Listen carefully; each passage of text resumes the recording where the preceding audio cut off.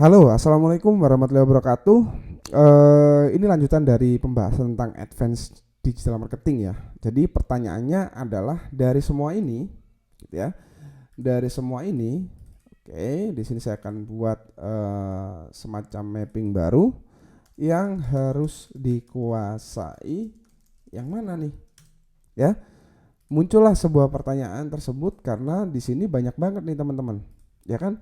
Di sini tidak hanya satu hal yang harus teman-teman miliki dalam menjalankan advance digital marketing. Jadi yang harus dikuasai yang mana gitu ya. Nah, kalau kita bertanya, kalau kita menanyakan yang harus dikuasai yang mana, tentu saja semuanya gitu ya. Semuanya tidak bisa teman-teman kuasai. Oke. Jadi harus dikuasai semuanya. Pertanyaannya adalah urgensinya. Oke. Balik lagi kepada urgensi. Urgensinya seperti apa? Nah, biasanya kalau saya itu adalah urgensinya diurut dari satu, pertama secara kebutuhan. Oke. Kemudian yang kedua adalah kepemilikan.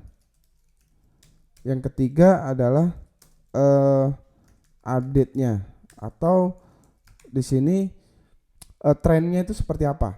Kurang lebih seperti itu. Oke. Kemudian yang selanjutnya nomor 4. Nah, yang nomor 4 ini adalah retensinya. Oke. Atau retention itu bisa dibilang di sini retention itu bisa dibilang adalah sesuatu yang bahasa mudahnya itu seberapa besar dia bisa mengembalikan apa yang kita berikan, gitu ya. Nah, di sini kemudian yang kelima, nah ini atau yang terakhir adalah ketahanannya. Oke. Jadi biasanya saya ukur dari kelima hal ini. Kalau kita ngomong manajemen tim, kebutuhannya seperti apa? Kemudian kepemilikannya bagaimana?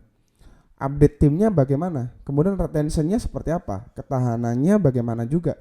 Jadi di sini kita harus ngomong tentang banyak urgensi, ya. Tapi kalau saya ditanya urgensinya seperti apa ngukurnya, Mas? Nah, saya biasanya mengukurnya dari 5 hal ini, teman-teman. Oke. Jadi dari 5 hal ini biasanya kita bisa mengukur nih mana duluan yang harus kita kerjakan. Finansialnya kah dulu, atau kita bikin community dulu, atau kita jualan barang dulu, atau bahkan kita hanya membangun relasi saja.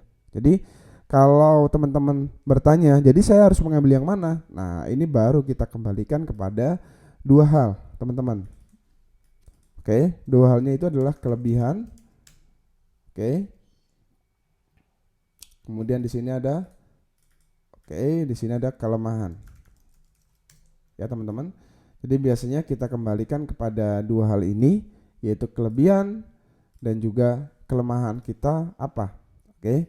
Maka dari itu kita harus tahu nih, kelebihannya teman-teman apa, kelemahannya teman-teman apa, kita harus tahu. Ya. Dari sinilah kita bisa mengukur urgensi ini untuk kebutuhan mulai dari manajemen, kemudian finansial sampai relationship. Oke. Terima kasih dari saya, itu saja. Wassalamualaikum warahmatullahi wabarakatuh.